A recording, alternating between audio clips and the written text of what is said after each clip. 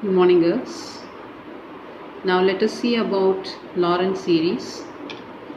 In earlier classes, we have seen Taylor series.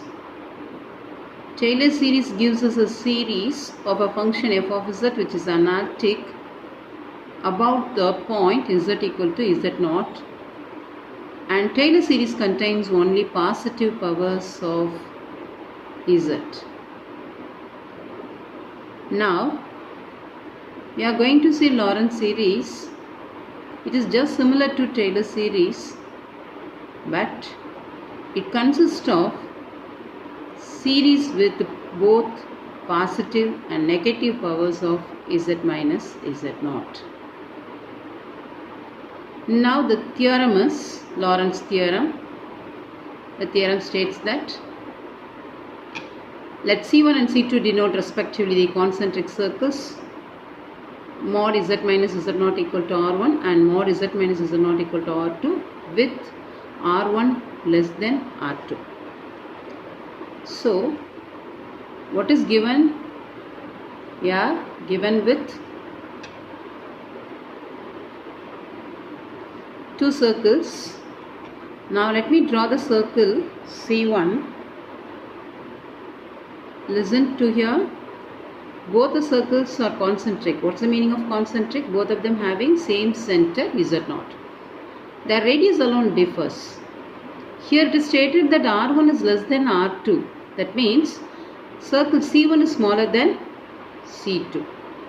Okay. So let me draw a circle C1 with center as z0, whose radius is R1. And this is C1. Now let me consider the second circle C2 with same center z0 and radius R2. This is what given in the first statement. Coming to the second point, let f of z be analytic in a region containing the circular annulus R1 less than mod z minus z naught less than R2. What is annular region? This is the annular region lying between these two circles. Area or the region lying between these two circles is said to be the annular region, lying between the radiuses R1 to R2. Now the third one. So what is given is, let me list out the given. F of z is analytic in R1 less than mod z minus z naught less than R2. Coming to the third point, then f of z can be represented as a convergent series of positive and negative powers of z minus z naught given by f of z equal to. So what is my claim? What is my claim? I have to prove that f of z is nothing but sigma n equal to 1 to infinity bn divided by z minus z naught whole power n plus sigma n equal to 0 to infinity an into z minus z naught whole power n. So let us start the theorem.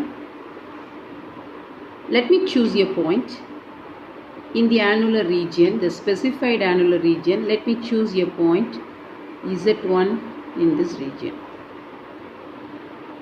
So let z1 be any point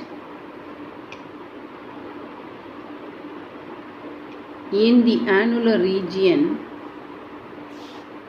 very specifically circular annular region. What is circular annular region? It is R1 less than mod z minus z naught less than R2. And we have learnt a theorem related to an annular region which is given in theorem number 6.9. Let me quote the theorem. Let f of z be analytic in a region D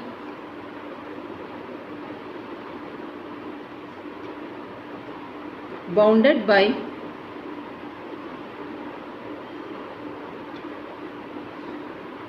two concentric circles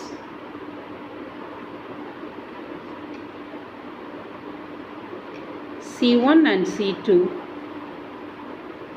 and on the boundary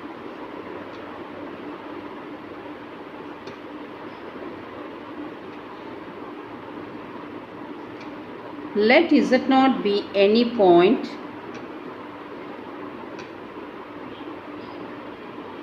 in D. Then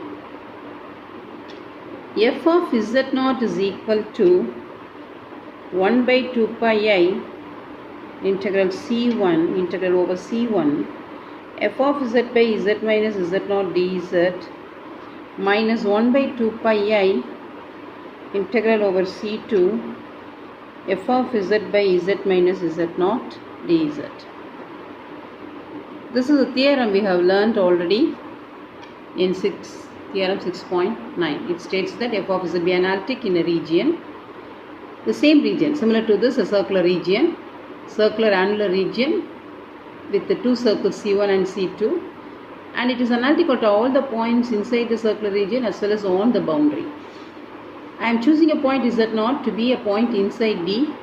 Then function value at the point Z0 is 1 by 2 pi I integral over C1 f of z by z minus Z0 dz minus 1 by 2 pi I integral over C2 f of z by z minus Z0 dz.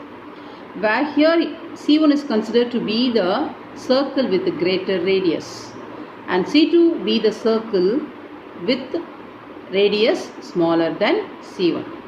Now the same type of annular region is also discussed here. So I can make use of this theorem to our Laurent's theorem. So what I have to do is, first I have to check whether my f of z satisfies all the needs of this theorem 6.9. What is the criteria satisfied by f of z? F of z should be analytic in a region D, where D is nothing but the region covered between the two circles and the points on the boundary, and I have to choose a point at Z0. The same thing is here. My f of z is analytic in the annular region. What I have chosen is, I have chosen a point Z1 which lies inside this annular region. So I can apply this theorem for the point Z1. So what happens is,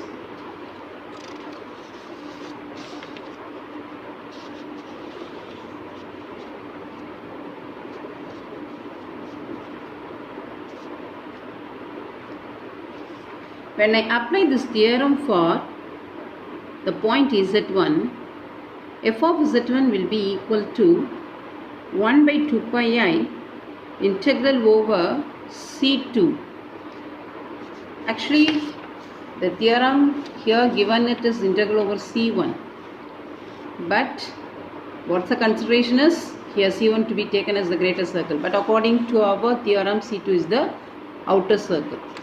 So I have to write it as integral over C2 f of z dz by z minus z1, because the considered point is to be taken to be z1, minus 1 by 2 pi I integral over C1 f of z dz by z minus z1. And this can be rewritten as 1 by 2 pi I integral over C2. I am copying my first integral as it is, but what I am going to do is, I am going to take out a minus from this. So when I take out a minus, this becomes plus. So my integral becomes integral over C1 f of z divided by z1 minus z dz as I take out a minus sign from this. Now you take this one as equation number 1. Now what I am going to do is I am going to find the value of this integral over c2 and this integral over c1, and I am going to substitute here. Automatically I will get the required result. So first I am going to evaluate integral over c2. Look at the integrand. What is the integrand? F of z by z minus z1. Now let me take this 1 by z minus z1. 1 by z minus z1. What we did in Taylor's theorem, in the proof of Taylor's theorem, we used to add and subtract a point z0. The same way we are adding and subtracting z0. And here I am going to take out this minus, so this becomes z1 minus z0. Now take out z minus z0 as common in the denominator. So when you take it out, z minus z0, this becomes 1 minus of z1 minus z0 divided by z minus z0. Now 1 by z minus z0 is kept as it is, this one, and you raise this one and you raise this one to the numerator. So 1 minus of z1 minus z0 by z minus z0 whole to the power minus 1. Now we expand this. So when we expand, this becomes 1 plus z1 minus z0 by z minus z0 plus z1 minus z0 by z minus z0 the whole square plus z1 minus z0 by z minus z0 the whole cube plus etc. z1 minus z0 by z minus z0 whole to the power n divided by 1 minus z1 minus z0 by z minus z0.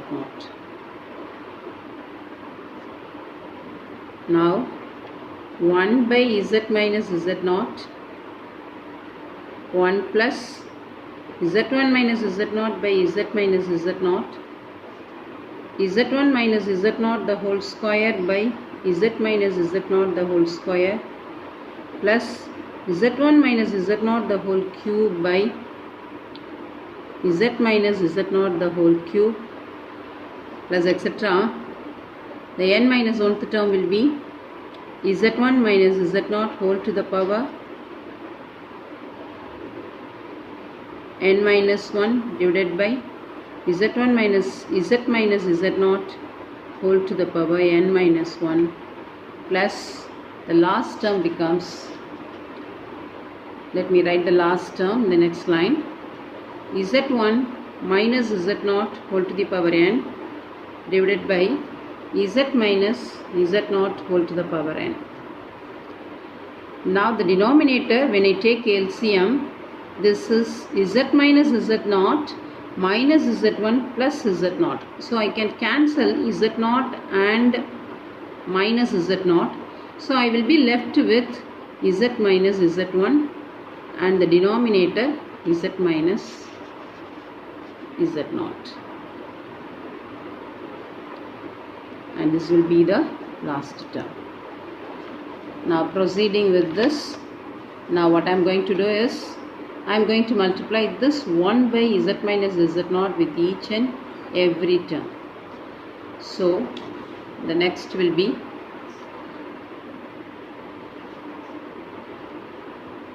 one by z minus z0 after multiplying this 1 by z minus z0 with 1 plus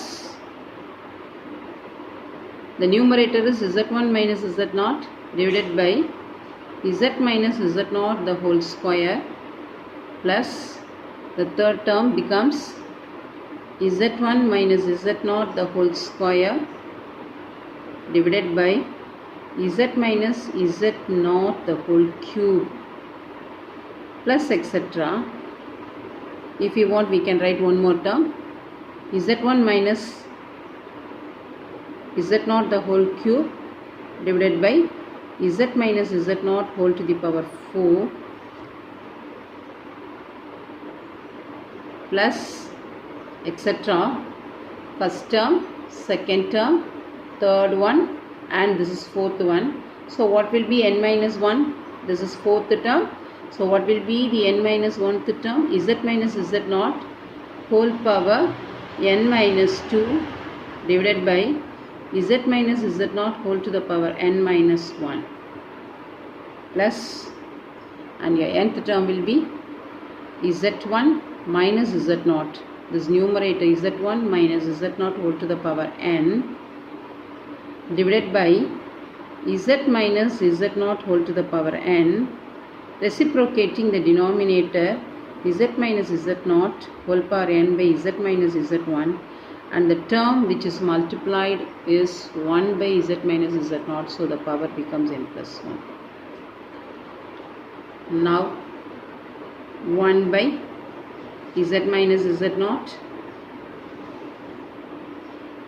plus z1 minus z0 by z minus z0 the whole square plus z1 minus z0 the whole square divided by z minus z0 the whole cube plus z1 minus z0 the whole cube divided by z minus z0 whole to the power 4 plus etc. z1 minus z0 whole to the power n minus 2 divided by z minus z0 whole to the power n minus 1 plus, now I can cancel these, I can cancel these two, so I will be getting z1 minus z0 whole power n divided by z minus z0 whole to the power n into z minus z1. So what I am going to do is, now I am going to multiplying by f of z by 2 pi I and integrating over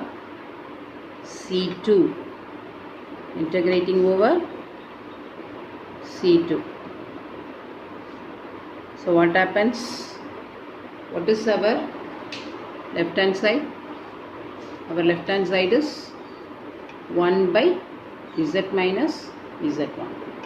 So when I integrate over C2, it is integral over C2 1 by 2 pi I f of z divided by z minus z1 dz. So after taking integration over C2, after multiplying f of z by 2 pi I, which is equal to, here the right hand side, the first term is 1 by z minus z0, so multiply by 1 by 2 pi I integral over C2 f of z by z minus z0 dz plus second term will be 1 by 2 pi I integral over C2. My second term is z minus z0, z1 minus z0 by z minus z0 the whole square f of z dz. Let me cancel and write it down. So plus 1 by 2 pi I integral over C2 z1 minus z0 by z minus z0 the whole square f of z dz. The third term will be 1 by 2 pi I integral over C2 z1 minus z0 the whole square, z minus z0 the whole cube, f of z dz, plus etc. When we move on, we will be getting the n minus 1th term, 1 by 2 pi I integral over c2 z1 minus z0 whole to the power n minus 2 divided by z minus z0 whole to the power n minus 1 plus f of z dz, plus the last term will be 1 by 2 pi I integral over c2 z1 minus z0 whole to the power n divided by z minus z0 whole to the power n into z minus z1 f of z dz. Now we can rewrite this one as